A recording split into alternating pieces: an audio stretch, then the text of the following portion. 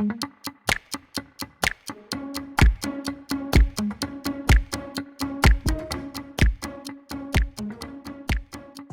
besties, it's Tina, Karen, and Jules here. Tools down, time to chat work, life, well-being, and relationships. You're listening to Let's Take It Offline. All right, welcome back to another episode of Let's Take It Offline podcast. Before we begin, just remember to rate and give us a comment or subscribe to our show. This week, we've got really special guests with us. They are currently running Australia's largest sneaker marketplace with the hottest sneakers and apparel. And they're really changing the game and like sneaker reseller culture in Australia and now LA. And Forbes 30 under 30 for retail and e-commerce in Asia for 2022. So please welcome co-founders Justin Truong and Sandy Li from PUSHAS. Thanks for having us. Thanks for having us today. I've been wanting to have you guys on our podcast for so long. So thank you so much for coming. Maybe a quick intro to both of you. Justin, you want to start? You first. No, you go first. Come on. Yeah, a bit of an intro. So Sandy and I started PUSHAS. I guess we started PUSHAS back in 2017. We really were just reselling sneakers. Sandy tells the story better. That's why I'm like, yeah, let's just let Sandy do it because she does it better. Yeah, so off what Karen said, we run Australia's largest marketplace where we sell all the hottest sneakers and apparel from Jordans, Off-White, Supreme, Essentials, Fear of God. But yeah, this started off just as a passion. So it started off with me buying shoes maybe probably once a week. And to be honest, that wasn't even bad. Like I know people who are buying 3 to 4 pairs a week. Yeah, when I met Justin, when we were in second year uni, he saw me going to uni every day with a fresh new pair of kicks. And then he was just like, who the hell is this girl with all these shoes? And I'm like, they look fresh. Like I had hot pink Air Max 90s to match my like bucket hat. And, I thought it was the freshest on campus. And Justin was kind of just like, oh. Yeah, I'm just in like jeans and my Converse, right? Or like, yeah, something basic. Yeah, but I think it all started when I was younger and you want the freshest pair of kicks, but your mum won't buy it for you. But once you find your first job, you're like, oh, well, I'm going to buy my own sneakers now. So I started to buy sneakers. And then when I couldn't get a pair of shoes, I started to go on all the marketplaces available to get the more rarer ones. And yeah, I think Justin saw the opportunity once I started working in Adidas. And that was probably around the start of when Kanye started to do his first collab with Adidas. And Justin was like, hang on, wait a minute. People are lining up for days for a pair of sneakers worth probably about 200 and something then, and flipping them for over 1,000 in some cases. Wow. Yeah. Did not know that. Yeah, I'm in the wrong business, clearly. Yeah, and then I think it was during that time, we were just buying pairs. And I think for me, I was like, she has a bit of a problem and we need to somehow fund this. A passion. She has a passion. Yeah, she has a passion. And I was like, okay, we need to figure out a way to fund this because it's obviously not coming out of my pocket because I wasn't making much. And I was just like, okay, let's do something. So we started just reselling our own kind of pairs and really just experimenting. But then I think it wasn't until around 2017. So I think at the end of 2016, I went on a trip to UC Berkeley with Karen. Yeah, that's how we met. Yeah, so she was like my mum on the trip. She was always like, oh, like, have you eaten? Like, I'll get you some food. Like, so we were doing a law course at UC Berkeley. Yeah. And then I think afterwards we went to LA and there was a couple of different sneaker stores. And I was like, actually, like, I think that was when it was starting to get big in the US as well. And I was like, man, there's nothing like this in Australia, right? There was a couple of marketplaces that were doing really well there as well. And so I think I came back and I was like, I've always had this idea in the back of my head with Sandy, but I think we never really actioned it until, when I came back and I was like, actually, I think there's something to do here and something that I could probably like quit law to do. JT pretty much like talked about it the entire like time we were at Berkeley. And I have to say kudos to you as well, Justin, because I feel like a lot of boyfriends, when they realize the girlfriend's got like a problem with shopping, they run really fast and really far away. But you actually turn that into an opportunity for both of you. And he's like, yeah, I'm not going to fund this. The business will fund her pattern. So that's great. To set the record straight, I did buy my own shoes. Yeah, I know. So I didn't rely on him to buy shoes. I actually bought him his first pair of sneakers that got him into sneakers as well. What were they? So there were the Ultra Boost 1.0s, the black ones with the purple cage. So nice. one of the first ever Ultra Boosts that released. Wow. Beautiful. Oh, I was actually that's just looking awesome. at Ultra Boost myself. I think you've answered the first question. I was going to ask who is actually the sneakerhead between you, but it sounds like it's very much you, Sandy, that started this. So And Justin is converted. he's now the converted. So we're talking to both the converted. But I guess right now, like, is there a favorite pair of sneakers that you would say today? So I think my favorite pair of sneakers in my current collection would be the Air Jordan 4 Off-White Sails. So yeah, I think they're one of the, I love collaborations, and I love Off-White and Virgil Abloh. Like, I love a lot of his designs, and yeah, so I decided to get married in them with Justin. So, Yeah, she wore those to our wedding. So yeah. Oh, that's an awesome. You don't need heels, sneakers. How many pairs do you have now in that collection? I would say I've downsized a lot. I think when I first met Justin, Justin will tell you actually what his reaction was when he first came to my mum's house. Yeah, so when I came to like her mum's house, you know where Harry Potter lives, like underneath the staircase. So you know how there's always like a storage. Yeah, the storage area. Like that was filled with all her shoes. So it was like 100 and something pairs, I'd say, right? Like Yeah, but I know people who have way more. So I wouldn't even say I'm bad in that sense. But yeah, it was filled with like, I think it was filled with different phases of sneakers I was in. It started with, like I said, Air Max 90s. Yeah. Then it went into the Jordans, and then it went into Ultra Boost, and then it went to Yeezys. But I think I've downsized heaps just to like a smaller rotation. And if you were talking to someone who wants to kind of start getting into their sneaker game, because some may want to know where to begin, asking for a friend, are there any recommendations in terms of A, affordability, and B, like which ones are the best ones and most comfort? Yeah. I think there are a lot of different fashion and sneaker publications that will always tell you what's going to be the next release. That's probably a good way to get ahead of what's coming out. But there are also a lot of Facebook groups with similar passions. So there's female only groups. There are like bigger Australian groups where they kind of inform you of what's coming out too, what resale prices might be, and just a community just to talk more about sneakers in general. I think for me, I look at like a lot of the Instagram pages or TikToks now. A lot of them have like, there's a lot of like, well, when we first started, there were probably none, but now there's a lot of like, various Instagram pages of what's coming out, what's hot, TikTok pages, and people just talking about sneakers that are coming out. But I think in terms of like a recommendation, man, like I think comfort wise, like I think Adidas does a lot more comfort sneakers. Controversial. If it comes to that. But in terms of like Fashion and what's hot. yeah, I'd say like Jordan 1 lows. Like I think a lot of women are getting into Jordan 1 lows. I think they start off getting into dunks and then they realize, I don't want to be like everyone else. And then they start jumping into Jordan 1 lows. Yeah, but I just look at what Hailey Bieber's wearing on her Instagram. I think, Jules, a good place to start is just PUSHAS Instagram. What are you doing? Oh my God, yes. Like, isn't New Balance a big trend right now as It well? is. Like, yeah, I think New Balance are 550s for sure, and all the other ones, but also Sambas, some Adidas Sambas. They're hot right So now. yeah, they're really popping as well. Awesome. well, Justin, you mentioned that time in UC Berkeley. What I remember is probably very different to you. We were actually there during the year that Trump got elected in America. So there were like riots all over Berkeley, which was like very progressive and left wing. So we were there at an interesting time. But you mentioned that like as a source of inspiration. Like what exactly about that trip sparked that idea? Yeah, for you? so I think it was my first time in the US, a big thing, and just watching how people dress was really different. Like compared to on campus at UNSW, like the people that were in Berkeley were really stylish, right? Yeah. So that was kind of the first thing. But then the second thing is I think going to LA and just watching like the different stores and kind of what was hot and what was trending and what was being sold. Like I think Australia's pretty behind on a lot of the fashion stuff, and I think just kind of being immersed in that culture was really it just made me think like, why can't we do that? Like, because I do think that Australians, we're pretty like, we want to be stylish, right?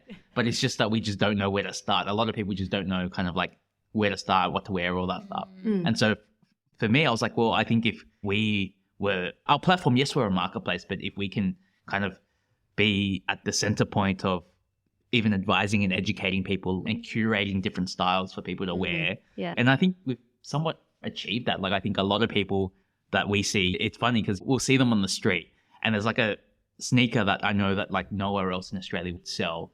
And I know that like we pushed it on our socials or something. We start seeing it on the street. It's a pretty That's cool cool. feeling Yeah. to see that. And I think that was something that I don't really mention this a lot in public, but I think it was for us, it was like really important to curate good styles and really recommend things and educate people in Australia so that we can kind of up our sneaker game. That was a big thing for me coming back anyway. Like creating a culture and community here locally. Yeah, exactly. Yeah. That's awesome because Australia typically always follows the US based on seasonality, right? So I love that you guys are giving Australians the opportunity to actually have those sneakers or have those trends as and when it's ready as well and available.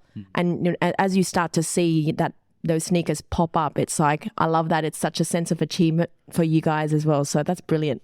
Honestly, like I feel like I was almost like I saw the origins of this, and to see where you guys have come, like I message Justin sometimes to tell him that I'm so proud of you. Aww. Mama Karen. Like a mom, and I'm the baby of the group. But yeah, after that trip, when you came back, like how did you get started? Oh man, it's a bit of a blur. So I remember us in Justin's bedroom. We were like, okay, we need a logo. And then Justin put together on Photoshop. And I'm like, no, that P should be thicker. No, thicker. No, thin now. No, a bit wider. And that's how we got our logo. We're like, you know what? If we don't like it, we can change it later. Yeah. But I think 5 years later, it's still the same. Yeah. And yeah, Justin was kind of just obsessing about building the website. And we got that done. And then just getting a bit of supply on the website and then building up an email chain. Yeah. So I think when we first started, Sandy was saying before to you girls, but we rented out like a room like at a church in Surrey Hills. It was like $350 a week or something, right? It was like, and it was really small. It was a shoebox size. It was literally a shoebox, but that was all we could afford. Yeah, I think it was like probably 4 by 4 meters. Yeah. Wow. Yeah, so it was really tiny. Yeah. Did it have wind at least? Yeah, we Yeah. did. Luckily. That's good. Luckily. But that was like the start, and we started getting, we were reselling our own stock. So we moved some of our stock to there so that it wasn't in Sandy's mum's place anymore. And then from there, a lot of the people that we met in the community that was kind of reselling as well were like, hey, we'll help you resell your stock, because they were looking for help, because a lot of them were similar to us, where they're like, okay, I'm at uni or I have work, I don't have time to be handling this, but I do want to flip these sneakers. So can I just give you my stock, you sell it for me, and then I'll give you a cut. So we started kind of doing that. Within like a year, that grew pretty quickly. And again, Sandy and I were still doing this part-time. So like I was still finishing off, I had my last year to finish it off. And then, so we were still doing this part-time. Sandy was still working. And we did that. And then we moved to a bigger space in Ultimo. And then we started to, again, grow it. But again, back then we were still doing it part-time. And it wasn't until about COVID times where e-commerce started to really blow up. Oh, yeah. Because people were at home, they were shopping a lot. Yeah. And then we were like, okay, crap, like this is just getting a bit crazy. And there was so much demand on our website that we started to build like a strong customer base. Yeah. And then from there we're like, but we don't have any stock. Right? Like, cause we Good had like, problem to have. like we had a couple of hundred pairs, right? But then like It just wasn't enough. it just wasn't enough. Yeah. And then I was just kind of tweeting out, just being like, oh, like, and this was more for the community, because a lot of like resellers were following me. I was following a lot of resellers when I was telling them like, oh, okay, I bought the Chicago mid Jordans, and I bought them for like, I think it was like 200, selling them for about 300. So my margin was like 30-something%, right? And just kind of just tweeting out like progress. And it was just a fun thing because all the other resellers were doing the same thing. Yeah. And so we're kind of learning from each other, right? But then one of our earliest investors, Ray Nong, who found me on Twitter, he kind of just messaged me and was like, these are really good returns. Can we do a Zoom call? And then I was just like, okay, like, I knew he was kind of like an investor, but it was just odd, like to just do a Zoom call. And then so I did a Zoom call. I'm like, okay, what do you have to lose? And then after like, hey, getting to know me and then just like asking me questions about the business. And then he's like, what's your bank details? I was like, all right. I was like, is he like trying to scam me? What's he doing? And then I was like, well, if I give him my BSB and my account number, it should be fine. Yeah. So I just sent to him, and then like a couple of hours later, 10 grand came into the bank account. Oh, wow. And I was like, what do you want me to do with this? And he was like, just buy sneakers and then just sell them, see what happens, right? Amazing. Back then, 10 grand was like a lot, right? And so we were just like, okay, I don't know what I'm doing, but I'll just absorb that, figure it out. I did that for like a month or two, and he was like, okay, this is really good, right? You're doing really well. And so what ended up happening was I tweeted again and I was like, okay, like I think I could probably scale this up. I was like, is there anyone that wants to be a part of the world's first sneaker fund? And he kind of also like kind of pinged all his friends and was like, really just to vouch for me. Yeah. Yeah. And then within like 24 hours, we got like a couple of 100K committed. Wow. And then that was like kind of the first step change in our business where we raised and I was like, okay, shit, we got to do this full time now. Yeah. And then we were like, well, we can't be handling investor money if we're just kind of part-time. exactly. Because at that stage, I was still teaching at UNSW and Sandy was still kind of working part-time as well. Yeah, from there, we did that. That started to grow really well. We started to get a lot of stock in because now it was like 10x or more what we were originally doing, right? So that started to really grow our supply. That got us more customers. And then a couple of months later, I got into contact with Justin Khan, the founder of Twitch. Yes. And he was just like, your main business, which is the marketplace, at that stage, we haven't raised any money yet. It was just a kind of the sneaker fund on the side. But at that stage, it was like, well, your main business is growing like 3x year on year. That's like venture capital numbers, right? And so I was like, I didn't know. I was Like, oh, is it? yeah, is that like, yeah, because I guess I've had contact with a lot of the VC space before, but never on a granular level to understand like what's a venture backable business, like what the investors look for. Like you kind of know that they have their process and that was it. But then I think from there, I was like, okay, well, I'll try raise. And so I think I told Rain, I was like, oh, I'll probably try raise like maybe like another 200-300K or something. But then Justin was like, hey, like if you raise, I'm happy to back you. Yeah. And then I went to market and I think we were able to raise like 1.2. And I was just like, okay, crap. I guess I was just telling Sandy, I was like, man, I didn't expect to raise this much, right? And then from there, that was another step change. And that was when, okay, now we got to be a serious business, right? So that was around, that was around August 2021. So about a year and a half. Wow. Yeah. Yeah. And then from there, we started to get a bigger space. We're in Alexandria now. And yeah, it's a huge warehouse. It's like, compared to Surrey Hills, I'd say it's probably 50x. Like, it's like way bigger. Right? Did you hold stock in that Surrey Hills apartment as well? Yeah. Wow. I think there was about maybe like 100 or so pairs in there. And now now it's over 50,000 pairs on the platform. Like, it's insane. Yeah. So I think now we're continually growing with growing our team and just doing what we can to keep scaling the business. So it's so funny when you say, was Rain a scam? And knowing how he operates in his YOLO fund. Yeah. It's like, it makes so much sense.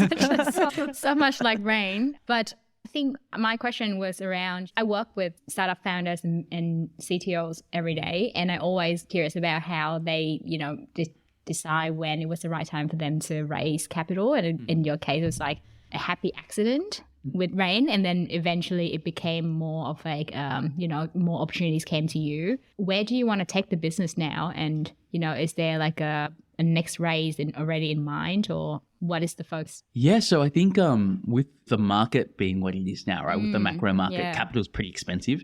So I think for us, we're pretty fortunate because we're able to build our business in a way where, because we bootstrapped from the start, right, we're able to be really capital efficient. So our business, we're very capital efficient. We don't really need to raise more at this stage. But I think when the markets, now that I've learned more about VC and understand the whole process, like when the market improves and when valuations start to improve again, I think we'll probably go back to the market and raise and keep scaling. But I think now it's a good time. And this is advice to any startups out there. I think now's a good time to really focus on your processes, ensure that your unit economics makes sense. Ensure that your business at the core and at the foundation is robust. And then the money can come and accelerate that, right? Like I think the issue why we're kind of in a bear market now is that with all the easy money that came a couple of years ago, a lot of the time people weren't building real businesses. They didn't have like good fundamentals, good unit economics, and they were just kind of pouring money at the problem. I guess looking back on our journey, I think the fact that capital was kind of like an accident and kind of happened was actually a blessing in disguise, because it meant that like we never relied on external capital. 100%. So we had to just build a decent business to pay the bills without having to rely on that. So I think the capital that comes is always a good bonus to help accelerate and help you grow quicker. Yeah. But it's something that you shouldn't really rely on. That's I think. so true, because a lot of startups do rely on that and they don't return a profit or break even for a long Even when time. they're doing like $1 billion in revenue, right? So. Yeah. And I think just in terms of like how the market's changed, even in the last year or so, I feel like a lot of startups now are focused on tightening operations. And I think that's actually a really good wake-up call because, as you said, like, you shouldn't be pouring money into solving a problem. You should already have a really good business fundamental. I'm curious as well in terms of how you move from like a small business, as you say, like 2 people operation into a VC-backed business. What have you had to change? Sandy can answer this. Look, I'm just the pretty face and she does all the work. So, yeah. I think it was really challenging in the beginning because I think with Justin and I doing so many roles, the roles were embedded in both of us, but we really had to figure out how could we process-tize it, could we break things up as well into certain roles where it's needed in the business and to make everything kind of really seamless, because between Justin and I, it's just 2 ways of communication. Once you put the third person in, it's like 5 kind of ways of communication and then you chuck the next person in. So I think it was definitely a lot of learnings in the beginning, but I think it was just trialing and then looking at best practices. And just making mistakes. I think a lot of it was making mistakes and learning from them. Sometimes, like, I always tell my team this, but like, you can watch all the YouTube videos on how to swim. You can read a manual on how to swim. But until you jump in the water, you don't really know how to do it. I think you just learn. It's just like move fast and break things, right? So you learn as quickly as you can, but always kind of reflecting on how you can do things better always, and then cutting back and moving things around when you need to as quickly as possible. Yeah. Just one more question just around, like, I think your business is so interesting in the way that it's in the intersection of like fashion, culture, community. What's the vision for PUSHAS? Yeah, so I think for us, we want to build the infrastructure for resellers, right? So it's interesting because, I see our business as like the intersection between like culture, fashion, but also tech in a way. So a lot of our time is building out a lot of seller tools, a lot of different infrastructure for resellers to actually resell sneakers more seamlessly. I think how we see it is that we want to build out effectively the Amazon for the secondary market. So Amazon's built out a great ecosystem for primary brands, right? Like if you create your own thing and you're selling it, like most people would be selling on Amazon, right? Or whether you're drop shipping products and rebranding them, etc. But I think for us, we see ourselves as doing that, but for the secondary market. So for stuff that whether they appreciate on the secondary market or stuff that are traded after they're sold from retailers. So that's our vision, effectively. Yeah. Have you guys ever thought about maybe doing auctions as well? I think with auctions, you need certain licenses in place to actually run auctions. Yeah, I think and for us, like being a startup, it's so important to just focus on your core. Yeah. Because this is the thing that I tell our team a lot too, man. I lecture my team so much that they're just like, oh, Justin's going on his rant again. But like one of the things that's really important is that at any one time in your business, it's probably like 5 equally valid ideas that are probably going to make you money to do. But I think with the limited resources that you have, you always have to pick one. Yeah. Right. And so sometimes when you're kind of prioritizing within your team, it's not simply just, this is why your reasons are wrong. Most of the time, every other person's like idea is probably just as valid or just as lucrative, or the opportunity is there. But the problem is, okay, well, we only have one bullet in the chamber. Like, where should we like prioritize this? And that's usually a harder conversation to have than when things are like obviously like a bad idea. Yeah. And I think that's what makes it hard, right? And I think for us, like we instill a culture in our team to just focus. Sure, all these shiny ideas are great and you could probably make money from them and you could probably spend 6 months doing it and it'll be successful for the company. But what's the one that's going to yield you the best return? I think that's the big focus for us. Yeah, seeing it based on like impact versus feasibility. It doesn't sit on that scale. Yeah. That's the hard thing because most of the time the impact and feasibility, probably it's like decimals different. Yeah. Right? Like they're all great ideas. Yeah. And if you have a good team, generally, they're all going to be great ideas, right? You're not going to get someone who's like, oh, let's just do something random. Generally, it's good. But I think the issue becomes like, okay, how do you differentiate from one's a 9.5, one's a 9.4? Yeah. But because there's so much uncertainty in business where you don't even, like, you can't really know until you do it.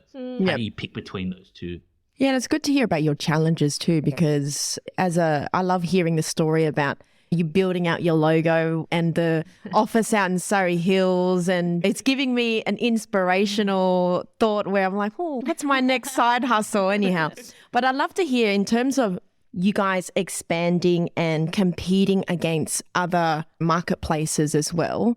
What is the thought process around that? Because I know that you guys are now expanding into the US. I'm curious from a business mind what that's looking like for the future of PUSHAS. Yeah, so I think for me, and I think you've kind of probably saw this like in how I turned Sandy's problem into a solution. But I don't really like to look at other people as like competitors in a sense that like we've actually started 2 really good partnerships, like one with eBay and one with Amazon. So instead of seeing these marketplaces as competitors, especially I remember when eBay started doing what we were doing in a different way, but they were like, oh, we're going to start selling authenticated sneakers as well. Yeah. We're like, oh crap, does that mean that our business is like, we're done? Like we've got to compete with multi-billion-dollar company, right?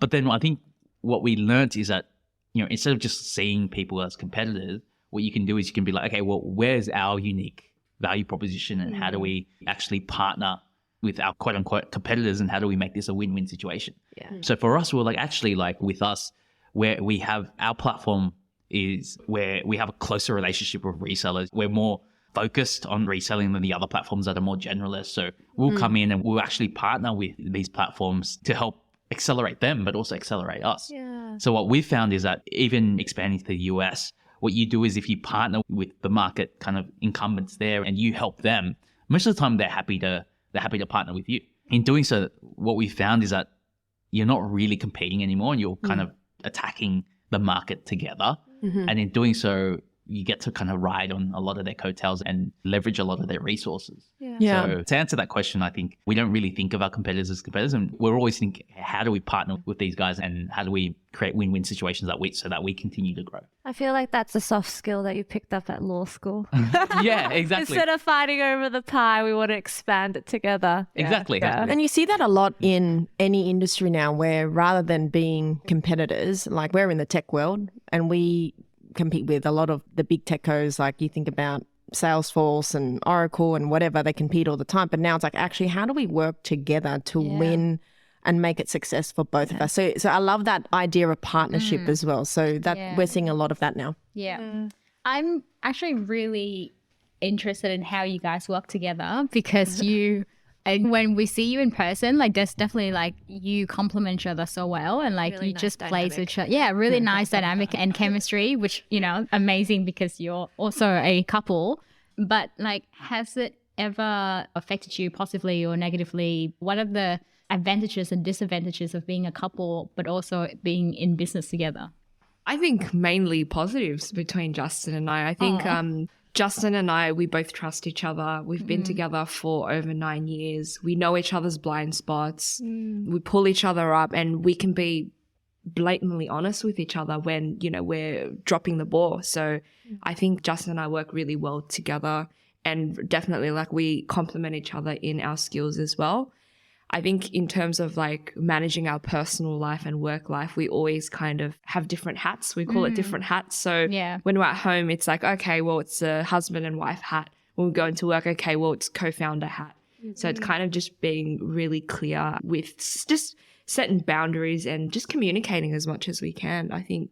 Yeah, and I think the good thing with having a co-founder who's, me speaking anyway, like who's your wife, I think there's implicit trust there. So like, you're not, like Karen was saying, you're not really fighting over the pie. Yeah. You're just like, okay, how do we have honest, brutal conversations and move forward from things? I've never had the other experience of founding a company with someone who's not my partner, so I can't really say. But like, I'd imagine that it's hard to confront them or it's hard to make difficult decisions because you're always, okay, how do I, instead of just like addressing and attacking the problem, you think about, okay, how do I actually wrap this problem up to present it? Yeah, not hurt their feelings. Yeah, exactly. Whereas if it's your partner, like you can just say it like it is and then move on, right? Because it's natural. I think we get to move quicker and make decisions a lot quicker as well, which is really good.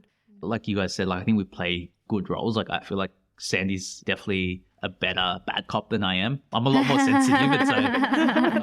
And I like playing good cop more, right? And I think it suits our strengths more. Yeah. So whenever it's like, for example, even managing the team, right? Whenever there's anything that needs to be ironed out, like Sandy's like there to iron it out. And then me, I'm just like inspiring the team and just, promoting the vision. So like the father and mother roles.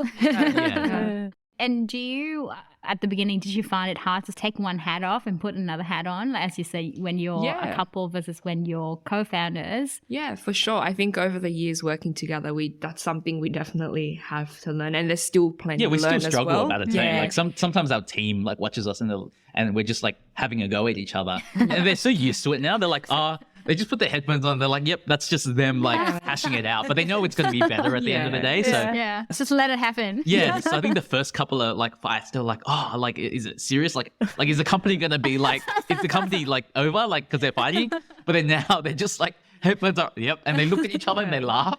And then what's interesting is that like when we fight, they actually like, they solve the problem quicker because they're like, well, those two are preoccupied. We're going to figure it out ourselves. And then they come back and they're like, actually, Justin and Sandy, we've actually solved the problem. I'm like, I don't know why you guys are even fighting anymore. And they just kind of move on. And then it's good. It's actually a net positive. But I think we promote authenticity and always honesty as well. That's why Justin and I were like, okay, well, if you disagree with something, it's better to iron it out and figure it out instead of... Than let it stew and brew. Yeah, 100%. Oh, I love that because I was actually just going to ask you a bit more about like, do you have an approach to building the team and the culture and the community that you want to build within your business, but also outside? Yeah, so we have 4 values that we really push with the team, and the team now can like say with the back of their hand. So it's action, authenticity, ambition, and amplify. So what that means is that 4 A's. Yeah, the 4 A's. Yeah, we call it the 4 A's.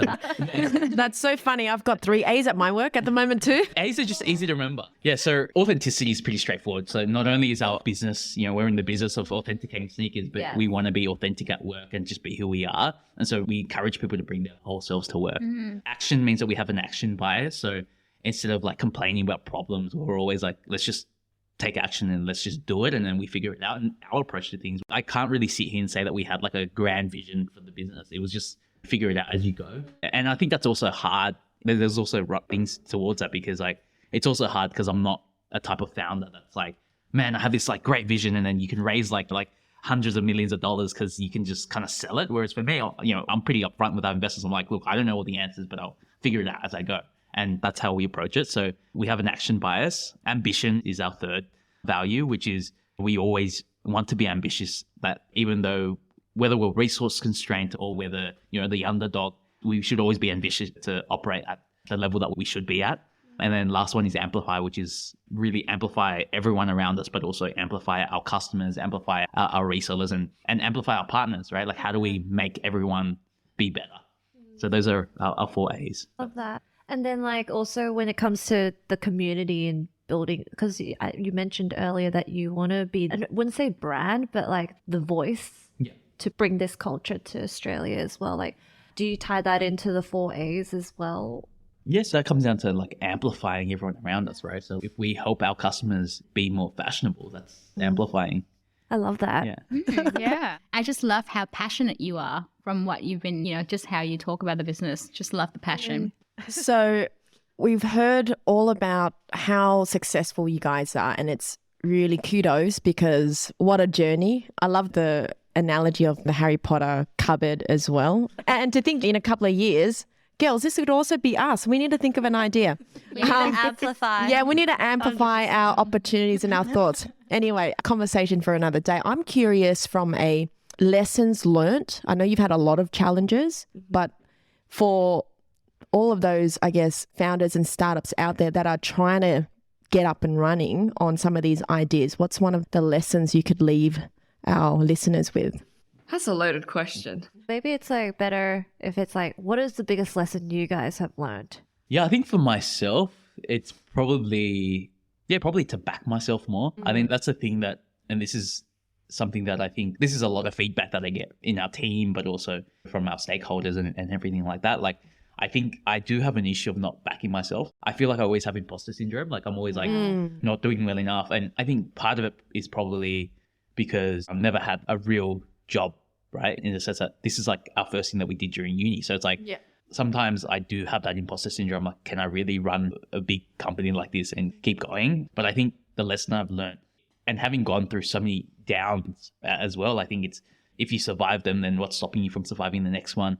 And it's really just like, you just got to back yourself because that's kind of half the battle in running a business, because it's so easy to give up. It's so easy to be like, oh, maybe I'll just get a real job, right? Like, but I think part of it is just at every stage you kind of faced with a bigger problem, because as you level up, your problems start to level up as well, right? So part of it is like, even though the problems just keep getting bigger and harder, you have to keep backing yourself and keep saying, hey, like if you got into this level, then you probably deserve it in a way. There's a lot of luck involved, of course, but you should be able to tackle the next one as well and just keep backing yourself. I think that's one lesson that I've learned. Yeah, I think for me, it would probably be lean in to your weaknesses and just lean into things that you're afraid of.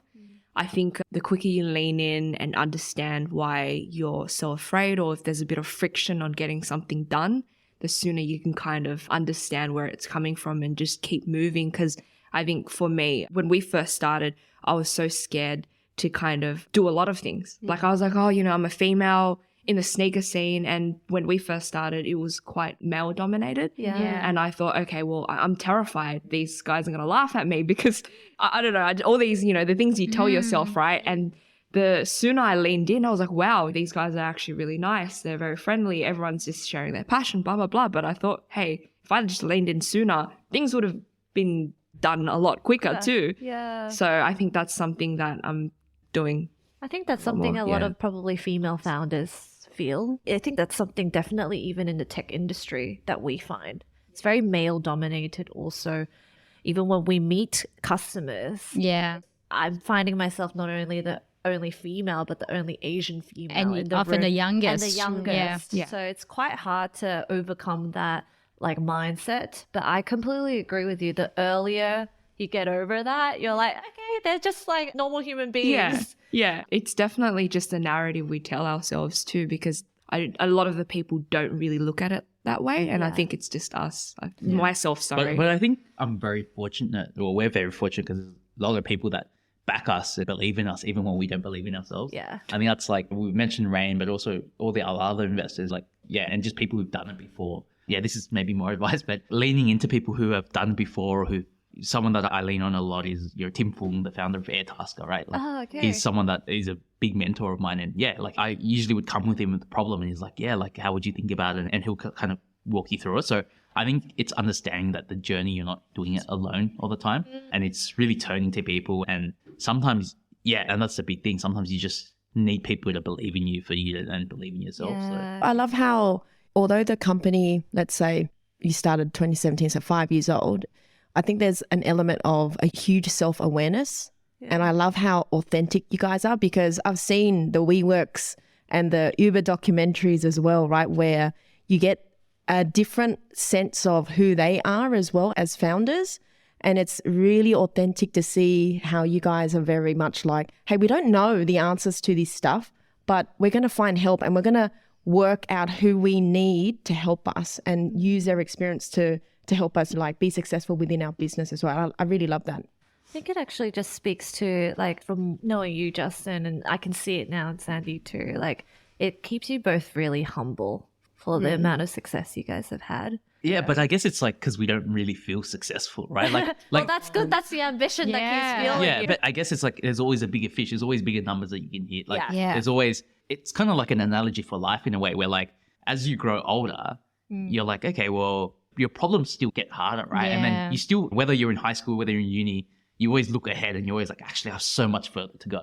And even now, right, I'm sure you girls as well, like looking forward, you're like, you're all successful in your own careers, right? But you still look ahead and you're like, actually, I still feel like there's so much more to do. And that's how I guess I feel anyway. And that's why I don't feel successful or made. Like, I feel like I'm only like 1% there. Like, And I think going through a startup, there's always problems that come up that will always kind of humble you every single day. There's always a new fire. You're like, this isn't it. Like when you think you've kind of hit almost the top of the mountain, no, that literally you've still at the base. At the base. So you get over one hill and you're like, I'm at the summit, and then you're like, there's another one. And even like I mentioned, like a lot of our investors are like founders that are like, a couple of years ahead of me in the journey. Like they still feel the same way, right? Like it's never ending, and you just have to keep going. And I'm sure people like, I don't know what he's thinking, but let's say Elon Musk, where I'm sure he's probably thinking like, I'm not on Mars yet. Like there's still so much more I can do, right? And so I don't think you can well, for me anyway, there's no point like resting on your laurels. And How do you balance between, yes, like there's always something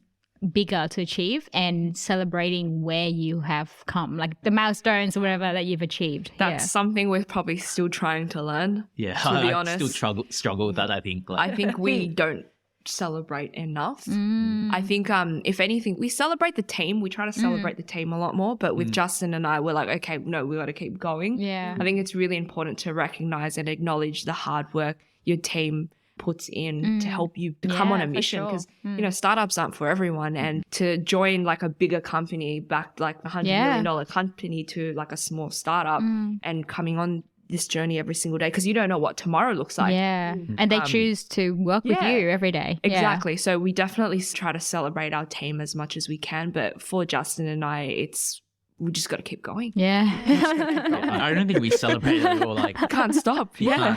You can't. The moment you celebrate, it's like someone else is hitting bigger milestones. I'm sure your VC backers are very happy to hear this right now if they're listening. Yeah, exactly. We're coming to the tail end of the episode now, but as we talked about before, like there's a lot of aspiring founders out there. And the three of us have all thought about like starting our own business as well. Forget about startups, like just even your own business. What would you give as the top 3 tip? Get something going. The first thing is just do it. Just like you have nothing to lose. I think you lose more when you don't do it every single day, right? Yeah. And your hard work compounds every single day. So just like going to the gym, right? The day you skip, it's not compounding as quickly as you can. Yeah. I think that's number 1, Justin. I'm going to give you number 2. Yeah, I'm gonna add on to your analogy. So it's like the gym where like every day you see like you're not going anywhere. Like you see like there's no changes. You might go to the gym for 6 months and you're like, I look the same. Yeah. But I think you have to stick to it and have that persistence. Yeah. Consistency and keep going. And then maybe in 2 years' time, you're like, actually, I'm not that bad. A bit of progressive overload, right? Yes, exactly. So I'm going to give it back to you. That was off my number 1, Justin. This is number 2 now. Yeah, I think the other thing is... Probably back yourself. Yeah, back yourself. Yeah, that's... Okay, done. Back myself. All right, back to you. And then I guess the third thing is just lean in. Just keep going, move fast, and just keep doing it. I don't know. I don't think there's... Because, you know, often Justin and I get asked, what's the secret to success? But it's really just do Yeah, it. there's no cheat code. Like... There's no cheat And there's code. like a huge industry about like all that self-help, all that hustle porn. But it's all bullshit, right? Like end of the day, it's like if you get the fundamentals right and just figure it out as you go and just keep getting at it, like there's no way you can't kind of slowly get there. I think right? Justin's an analogy king, and I think one of the analogies that you mentioned this week, which I really liked, was about like Warren Buffett, how, you know, there's biographies about him. There's like so many books about how to become like a millionaire, whatever. Billionaire, yeah. $500 billion company, right? Like, yeah, but I think the first thing is just taking that first step. yeah. Yeah, that's what I said to my team. So I was like, well, the secret is out there. There's no secret, right? Like, because there's so many biographies, so many documentaries, everyone knows how he did it, but no one's just willing to put in the work and do what he did. Like, I don't think there's anything, it's just time and compounding, right? There's no shortcut. Yeah, there's no shortcut. And it's not like people who've done it are like holding their success away from you. I actually think most people are actually really open to share how they've done it and share because they want to see other people succeed too. I think there's a kind of like a part of you that you want to help people, right? So I think generally speaking, a lot of people who've done it or found success, quote unquote, they freely share how they did it. But just, I think most of the time people are just like, no, surely there's a secret that they're holding out from me. Yeah. And that's why I haven't done it yet. But really, I think it's just not taking that accountability on yourself just to be like, hey, like I need to do it, right? Rather than like putting it out there and kind of saying, oh, well, the only reason why I haven't done it is because I don't have what they have. I think read and learn because your business or whatever you do will only go as far as yourself, especially if you're the leader. Keep reading, keep expanding that mind and dedicate like solid time within your day just to keep learning. Yeah, and we try to breed a lifelong learner kind of mentality. Like Justin's always watching so many YouTube videos, reading books, articles, and just learning about what's happening all the time. And and for the both of us, just keep reading. What are you reading right now? I'm reading, so I like to switch between 2 books. I think I'm doing the High Growth Handbook right now, and I'm also reading Give and Take by Adam Grant as well. Yeah. So those are 2 books I'm reading right now. Right now I'm reading The Outliers, which is like, Oh, Ray Dalio. no, The Outsiders, sorry. Outside it. Yeah, sorry. I have that book right there. Yeah, I think I've read that as well. But The Outsiders, it's about like, they go through like 8 different CEOs and how they approach like the capital allocation. It's a bit of a dry book, but I really look up to like Warren Buffett, where he's just like slow and steady wins a race. Yes. But it's a book that he's recommended. So it's a good book on if you're a capital allocator, like whether you're a CEO or not, but if you're just capital allocating, how you should approach it. Yeah. So it sounds like a good book for people who are investing as well. Yeah. And how you should look at the managers of a business and how they invest, because then that helps you. And that educates you on whether they're good capital allocators or not. So whether you should. That's awesome. Cool. That's great. That's amazing. I have loved the conversation today. Is there anything exciting in store for you both next, or PUSHAS? I think just follow us on Instagram, follow us on TikTok, follow us on YouTube. Leave a review on Google. Yeah, leave us a good stars. review. And just buy sneakers, and then we'll announce it as we come. Yeah. Well, I think you have a new converted sneakerhead today in Jules. I won't tell you who I was using before, but I'm going to sell my sneaker on your marketplace, that's for sure. Amazing. Yeah, that's amazing. Well, thank you so much, Justin. No, thanks for having us. Thank you for having us today. Yeah. I've really learned a lot actually during this conversation, and maybe one day we'll have you back when you've hit your next milestone. Yeah, definitely could do a collaboration. But yeah, thanks listeners as well. We hope you enjoyed today's episode with Justin and Sandy here, and that you learned a lot too. Once again, just a reminder to rate and subscribe, leave a comment, and we'll see you next week. You've been listening to Let's Take It Offline.